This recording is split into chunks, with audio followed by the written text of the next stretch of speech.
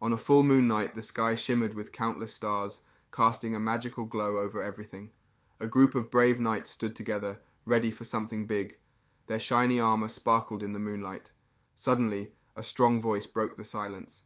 The main knight gave a powerful speech urging everyone to fight against the figure they believed was a demon. This so-called demon, filled with determination, ran fast toward the group of knights. He got closer to the leader, who was giving orders. With one powerful swing, the demon's sword ended the leader's life. The demon didn't hesitate. He stood among the fallen knights and used a strong power by touching the ground. Purple fire quickly spread, and the knights lost their lives. Tired and overwhelmed, the demon dropped to his knees, breathing heavily. He felt something coming closer. He looked and saw a girl knight with fiery red hair walking toward him. She looked upset as she faced him. She called him Nox von Reinharfer and demanded to know why he made a pact with the devil and turned against them. Nox, still catching his breath, looked ahead and disagreed with her. He smiled a bit and said they might see it as him betraying them, but he believed they were the ones who betrayed him first. The girl knight was really frustrated. She asked Nox to stop arguing and just tell her when he became so broken. Nox began explaining his story. It all started when he crashed into this world. Suddenly a message appeared on a screen in front of Yu-chan, the person controlling Nox. The message said he finished the first part of a game called Inner Lunatic 27 times. Yu-chan felt happy about his achievements, getting cool stuff and completing hidden tasks. But there was something sad in the background. He found out he would die next month. Thinking about the past, Yu-chan remembered going to hospitals 2 years ago. He was trying to find out what was wrong with him. Doctors told him to stay calm, but the news was bad. Even after many tests, they had the same answer. He didn't have much time. They gave him medicine for pain, telling him to use it when it hurt a lot. In his room, Yu-chan realized that 2 years had passed. He looked at the calendar and got really sick. He threw up blood. Seeing his red hands, he understood that he wouldn't live for long. Yu-chan knew that no matter how much he thought about it, he couldn't change what was going to happen. Feeling all alone and cut off from others, Yu-chan heard notifications. He saw they were from hospitals confirming appointments. He felt really lonely. After losing his memory, no one reached out to him, and he couldn't reach out to anyone either. His health was bad, so he couldn't even go outside. This made him even lonelier. Glancing at the papers on his desk, he saw a bunch of different stuff, like papers about helping people with late-stage cancer, flyers for events at a church, and info about hospices for the terminally ill. Lots of emotions started bubbling up inside him, so Yu-chan tossed the papers aside, and he couldn't stop a few tears from rolling down his cheeks. Shifting his attention to the computer screen in front of him, Yu-chan noticed a game called Lunar Lunatic was asking him if he wanted to start a new game. He didn't have much else going on, so he thought, why not? He typed in the name Carl for his player. Yu-chan's mind started to work as he thought about what kind of character he should create for the game. He pondered his options, thinking about being really smart with magic or being a pro at fighting with swords. But then, a warning popped up on the screen. It told him that if he picked too many super cool traits, there would be some problems. He saw something interesting though, an option that said, terminally ill. Yu-chan chuckled a bit at the idea that he and his character both had that in common. Even though he was sick in real life, he decided to give his character the same trait in the game. He shrugged off the warning and clicked to start the game with his new character. All of a sudden, a strange feeling washed over Yu-chan, and he tumbled out of his chair. Fear gripped him as he wondered if this was what dying felt like. But then, on the screen, a message popped up saying that the character creation was done. Yu-chan realized that if he had to go, he'd at least want to go on his own terms. Just as he was thinking that, another message came up, saying that his character's name had been changed without his say-so. That was weird. Then, something even stranger happened. A progress bar appeared on the screen, starting at 4% and slowly creeping up. 6%, 19%, and then it stopped at 71%. Right after that, a new message popped up, saying the character was all set. Yu-chan blinked, feeling like he was in some kind of crazy dream. When he woke up, he was somewhere completely different. He looked around in disbelief, trying to figure out if this was real or if he was imagining things. To find some answers, he walked up to a mirror and stared at his reflection. And that's when it hit him. He had turned into Nox von Reinharfer, the bad character from the game. Nox was the odd one out in his powerful family, not having the cool magical and fighting skills his siblings did. He got really bitter about it and ended up making a deal with the devil, which turned him into a supervillain in the game's story. Looking at himself now as Nox, Yu-chan felt like he was in some kind of wild fantasy. But just as he was getting used to the idea, Something new popped up on the screen, a bunch of stats about his character. He learned that he was Nox von Reinhardt, a 14-year-old human who could control darkness. But when he looked at the actual numbers, his excitement turned into disappointment. With disappointment, he questioned the low value of only 2 points in stamina. Nox's attention then turned to his traits. He discovered a neutral trait called Void Revelation, which piqued his curiosity. However, his spirits sank as he read through his negative traits. Terminally ill, curse of the weak, frequent sickness, cold hands and feet, and possession. The realization that he was terminally ill in both his real life and this new world left him disheartened. The system also displayed that he had only 1 year of lifespan remaining. Nox reflected on his past actions, trying to make sense of why he had chosen to create a character with a terminal illness, someone who faced imminent death and had no support. Upon further contemplation, he began to understand his underlying motivation. He wanted a character that mirrored his own experiences, someone who could empathize with his struggles. Little did he know that he would eventually become that character himself. Suddenly a notification appeared indicating an unread mail in his mailbox. Nox's curiosity compelled him to investigate its contents. The mail began with a greeting, addressing him as Yu-chan, his previous name, but then it corrected itself, saying that it should call him with his new name Nox now. Nox was surprised and questioned how the system knew his name. Yu-chan was a name given to him by his parents, whose whereabouts he was unaware of. Nox couldn't help but question if the entity that put him here held the key to unlocking his lost memories. The system acknowledged that Nox wouldn't remember them, but conveyed the need to deliver a message. It greeted him with a nostalgic, long time no see, leaving Nox astounded. The system went on to acknowledge Nox's achievements over the past 2 years, affirming that he deserved to be where he was now. It offered a warm welcome back, leaving Nox in a state of disbelief. Before we continue, take a moment to answer the question of the day. What is the coolest magic ability to have? Comment down below for a chance to be shouted out. Now back to the recap. Nox couldn't believe what he was hearing. The idea that he was no longer in his old world, and that this new reality was his new existence, seemed impossible to accept. The system responded, acknowledging that there were many aspects of its identity it couldn't disclose, but it expressed a desire to assist Nox. Nox questioned the notion of help. Before he could fully comprehend the situation, the system suggested that he join the Eldian Academy, where he could strengthen his forces and strive to follow the main story as closely as possible. According to the system, the complete truth would naturally unfold.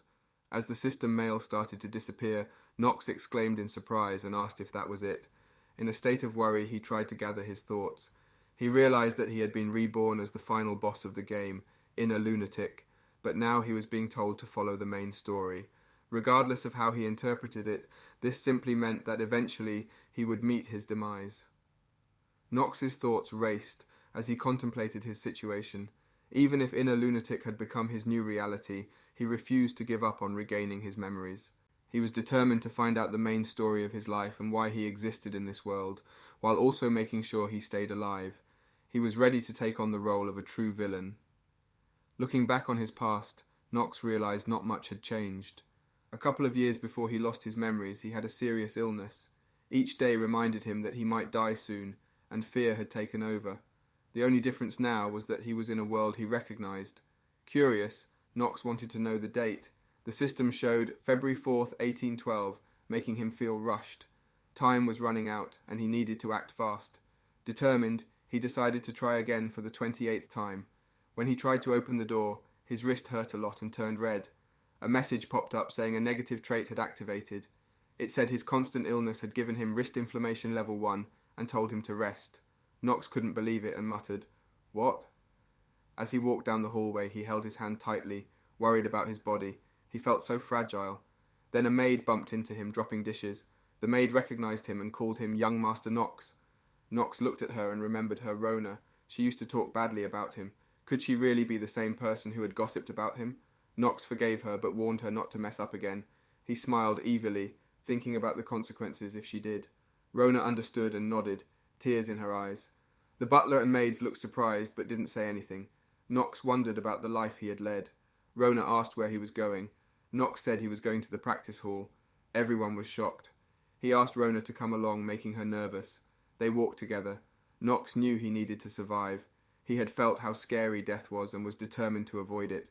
He knew he had to adjust to this new world quickly. Lost in thought, he realized he still had a chance. With 27 previous playthroughs, he possessed loads of knowledge about the game's secret stuff. The game Inner Lunatic was super popular all over the world. It had a really cool story with angels, demons, and an empire. But what made Inner Lunatic really special was how you could make your character unique. You could play the game in different ways. Some traits, like ordinary and talented, could be picked more than once, but the super awesome genius traits were usually just one per player. But guess what? He had 2 genius traits, something really rare. In Inner Lunatic, there was a thing called trait penalties. By figuring out the game's rules, Nox managed to get 2 genius traits. The first one was swordsmanship and combat genius. That meant he was incredibly good with a sword and could do all sorts of fancy moves. The second trait, mana sensitivity genius, let him use magic better. He could cast spells like a real pro. Nox thought about the other cool traits he could use. With insight, he could check out other characters' stats. Master of Acting would let him be great in any situation.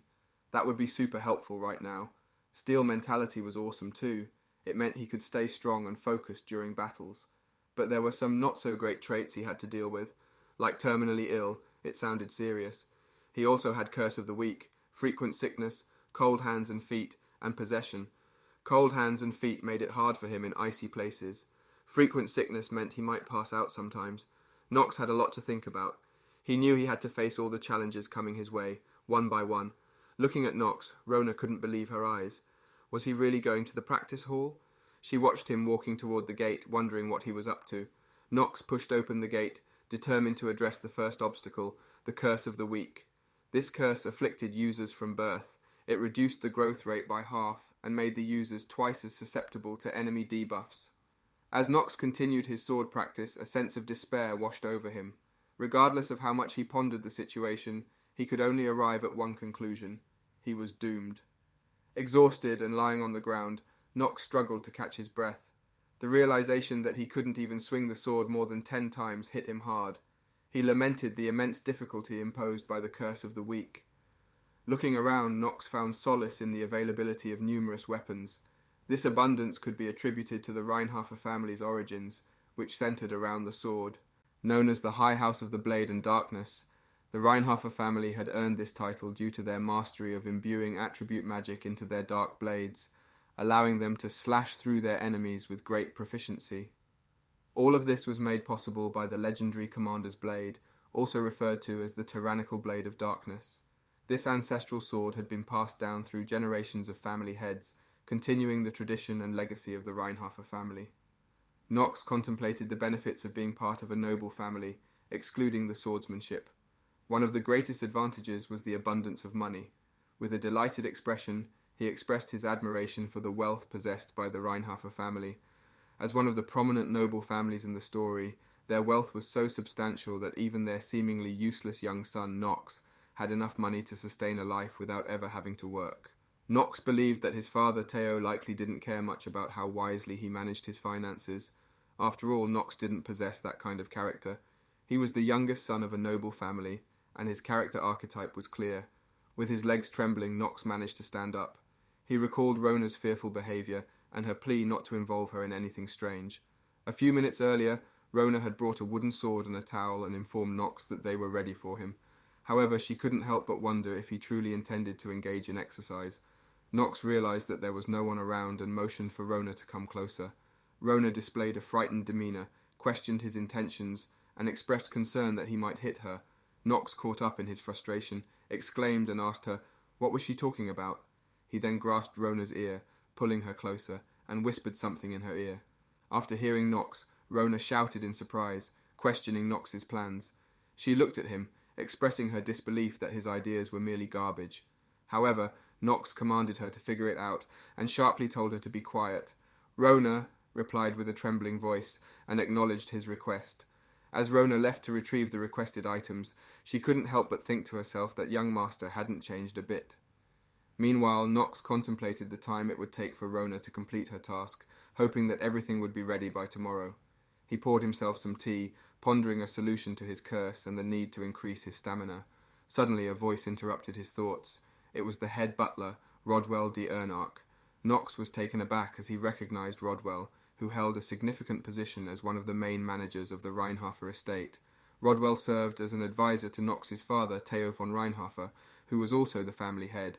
Knox realised that dealing with Rodwell wouldn't be as straightforward as with others, as he held a position of authority within the family. Knox pondered the encounter, considering it a potentially significant challenge. He wondered if Rodwell had noticed something unusual happening, and pondered his own means to handle the situation. Knox activated his positive trait of Master of Acting and questioned Rodwell's presence, saying that the head butler should be serving the family head. Head butler Rodwell informed Knox that he had received orders to share some news with him. Knox curiously inquired about the nature of the news. Head butler revealed that Knox was instructed to participate in tonight's dinner. Knox was unfamiliar with the family and the situation, hesitated at the idea of having dinner with the family head. He contemplated the request, realizing his lack of knowledge about the family dynamics. Knox responded to head butler, expressing his reluctance to attend the dinner. Head butler internally pondered about the master's intentions behind ordering young Master Knox to participate in the dinner. Head butler then reported that the lady of the Stelina family had arrived and was seeking night training. Knox could feel his heart pounding as his father's words echoed in his mind. The thought of angering the family head made him uneasy. He let out a heavy sigh, understanding the weight of the situation. Reluctantly, he agreed to attend the dinner. The head butler's watchful gaze didn't go unnoticed by Knox. There was something different about that day, and it wasn't just the formal attire. Knox felt a hint of defensiveness rise within him when the head butler's eyes seemed to question him. Is there something you want to say? Knox asked, his tone slightly edgy. The head butler's voice held a touch of concern as he addressed Knox's unusual behaviour. Knox had never been one to show interest in combat training or wielding a blade. The head butler's inquiry about his sudden decision to visit the practice hall alone made Knox's jaw tense. "Why do you care?" Knox replied with a sternness that surprised even himself. "My actions are my own. I'll decide what I want to do." The head butler's apologetic words caught Knox off guard. He hadn't expected the butler to backtrack. As Knox walked away, he could feel the weight of the head butler's gaze on his back. It was clear that the encounter had left the head butler with unanswered questions. Inside his room, Knox closed the door behind him, leaning against it to catch his breath. The confrontation had been unexpected, and he was relieved that the possession hadn't taken over. His mind shifted to the mention of the young lady from the Stelina family. Why was she here? What connection did she have to his family? Amid the dinner, Knox's discomfort grew as he became the target of mockery from the twin brothers, Hartz and Alan. Their words stung, but Knox remained composed. He knew he hadn't done anything to deserve their scorn. Alan's disbelief and Hartz's questioning tone only fueled his determination to stay calm. Just as the tension reached its peak, Theo von Reinharfer, Knox's father and the family head, entered the room. Knox's posture straightened instinctively as he acknowledged his father's presence. He understood his role within the family hierarchy. But then, a new figure entered the scene, capturing everyone's attention. A girl with fiery red hair introduced herself as Thalia von Stelina. As Knox gazed across the room at Thalia, his thoughts swirled. In the game Inner Lunatic, she played the hero, the one who would stand against the future villain, Knox himself. He knew that down the line, it would be Thalia who would drive a sword into his chest. At the table, Theo acknowledged Knox's presence and suggested moving forward with the meal. During the feast, Knox noticed Hartz and Alan deeply engrossed in a conversation. It seemed they were discussing something important. Eventually, Hartz proposed a decision to Theo. It was about who should be the next person to enter Eldine Academy, a place of great importance in the game's plot. Theo agreed that it was time to choose. In the world of Inner Lunatic, Eldine Academy was where battles were fought and challenges were conquered. For Knox, attending the academy was vital. It meant gaining allies and following the story's path. But there was a catch. Theo revealed that each family could send only 3 members to the academy, a rule to keep the nobles' power in check. 2 slots were already taken by Theo's first and second sons, leaving just 1 spot. Knox pondered how he could secure that final ticket before worrying about alliances. He gathered his thoughts and spoke up. Knox guessed that the family head was planning a fight among the brothers to decide who would get that last academy spot. The unexpected response surprised Theo, who confirmed Knox's hunch. The duel would take place in the practice hall a month later, following family tradition. Hart seized the moment to mock Knox, advising him to keep quiet to avoid embarrassment. Alan chimed in, belittling Knox's lack of sword skills, claiming he stood no chance. Knox remained composed, sipping his wine. He responded calmly, saying they could discuss it once he emerged victorious. Alan scoffed at Knox's confidence, expressing disbelief in his abilities. Meanwhile, Nox maintained his focus and understood that the upcoming duel was another trial he needed to face in order to secure the entrance ticket. He refused to be swayed by the taunts and insults directed at him. Confident in his own abilities, Nox looked ahead and boldly declared that he would be the one to attend Eldine Academy. This surprised the family head, while it further infuriated Hartz and Alan. Thalia, the young lady from the Stilliner family, chuckled at Nox's declaration and commented on his confidence. Nox glanced at her but internally felt a sense of unease, realizing that he might have drawn the attention of someone he shouldn't have. Inside the family head's office, Teo acknowledged that something had indeed changed about Nox, as reported by the head butler. Teo pondered the cause of this change, wondering if Nox had been possessed by a demon. Regardless, he acknowledged that Nox had captured his attention. Teo instructed the head butler, Rodwell, to continue keeping a close eye on Nox. The family head was curious about the transformation in Nox and wanted to understand the reasons behind it. Meanwhile, Nox was running at the practice hall, sweating and panting heavily. Observing the scene, one of the maids commented on his frequent visits to the practice hall. Another maid mentioned the upcoming duel in 1 month, sparking curiosity among them about Nox's sudden dedication to physical training. Nox, overhearing their conversation, wondered why he was able to pick out their words so clearly and questioned if he had a special trait. At that moment, he received a system message indicating a slight increase in his stamina stat. Nox expressed disappointment at the small increment and reflected on the significance of stamina for him. He recognized that his low stamina was his greatest obstacle and a hindrance to unlocking his full potential with the traits swordsmanship and combat genius. Nox understood that the requirement to utilize the trait was to have his stamina stat reach 4. However, due to the curse of the week, it had taken him a month to increase his stamina by only 1.9 points. Nox felt frustrated with the curse of the week, a trait that reduced his growth rate by half. Despite putting in a lot of effort, he had only managed to increase his stamina by a small amount, and the terminal illness trait further hindered his progress. Nox realized that he needed to exert 4 times as much effort compared to others just to see minimal improvements. The difficulty of his situation weighed heavily on him. Nox decided to put away those worries for now.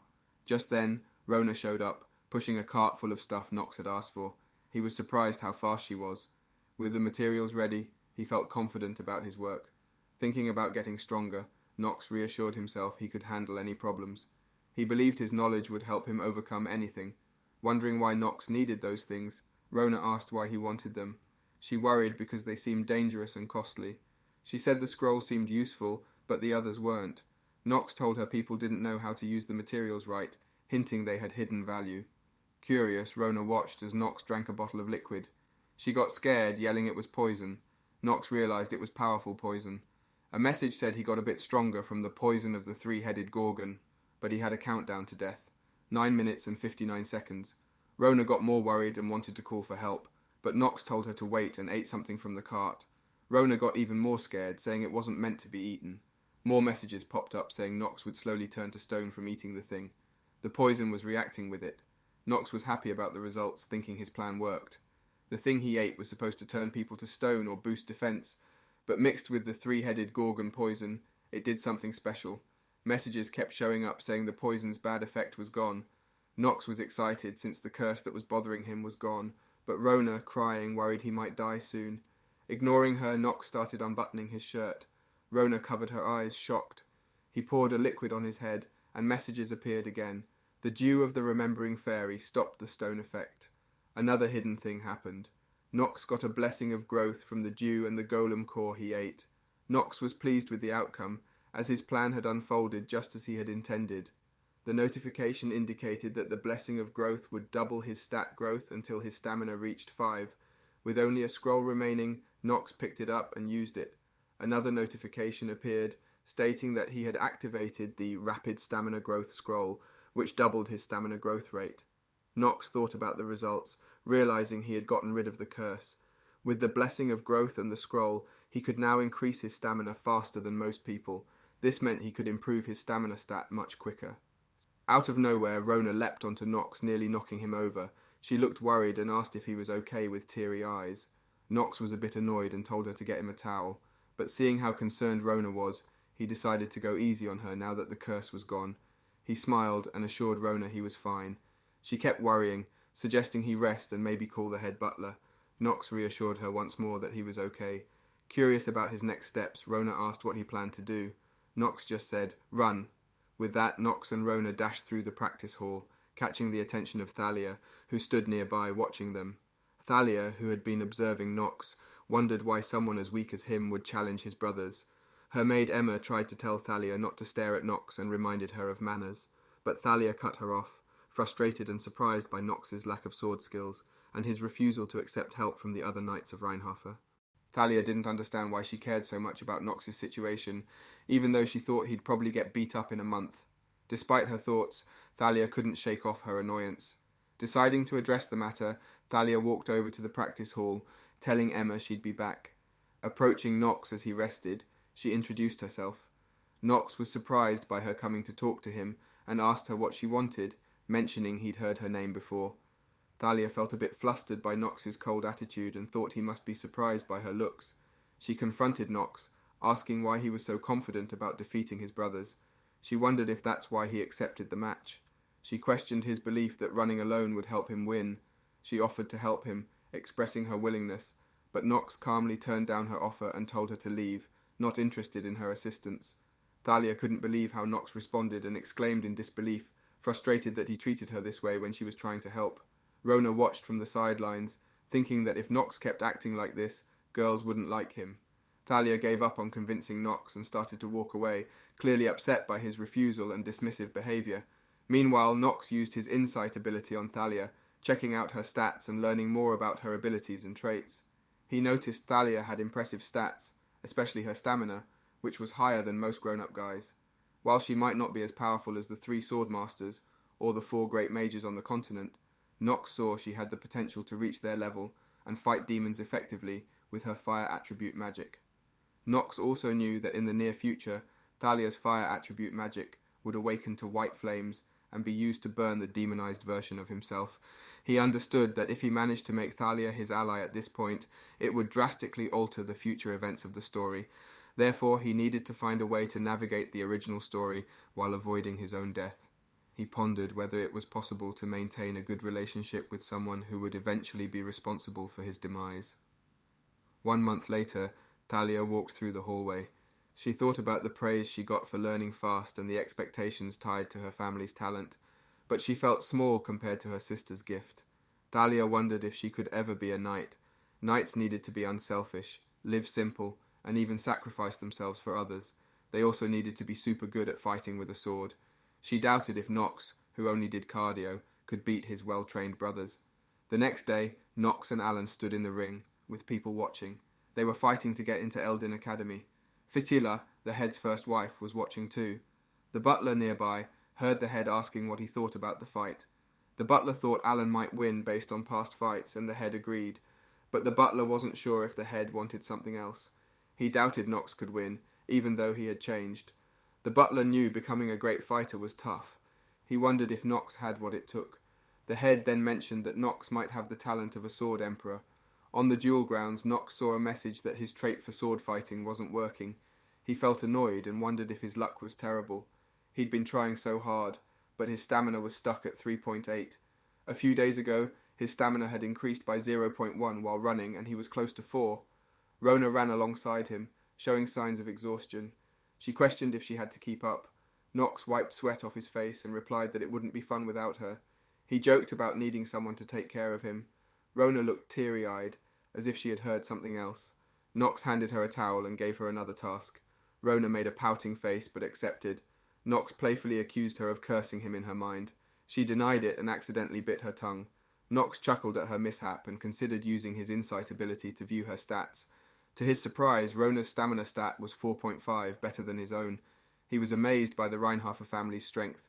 Rona reminded Nox it was evening and suggested he rest before the duel. Nox felt time pressure, thinking he didn't have enough time to improve his stamina. At the duel ring, Alan told Nox to give up. Despite Nox's family reputation, Alan seemed unsure about defeating him too harshly. Nox noticed Alan's mixed feelings. Nox mentioned that Alan didn't seem to want him to quit. Alan's attention turned to Thalia from the Stillreiner family. He wanted to impress her. He believed that Nox would assist him in achieving that goal. However, Nox expressed uncertainty about whether it was a wise decision. Observing Alan's stamina stat of 8, Knox realized that he couldn't defeat him using ordinary methods and contemplated alternative approaches. As the referee announced the duel between Knox and Allen for the admission ticket to Eldian Academy, he emphasized that both of them must accept whatever the results may be and that objections would not be tolerated. Knox felt nervous, realizing that everything hinged on this duel. His main objective was to find his memories and discover the sender of the letter, as he knew that after the 1-year grace period, his life would be in danger. The referee asked one last time if both of them were ready, and then he announced the beginning of the duel. What will happen next? Find out next time by staying tuned for our future recaps. Don't forget to like and subscribe for more great recaps.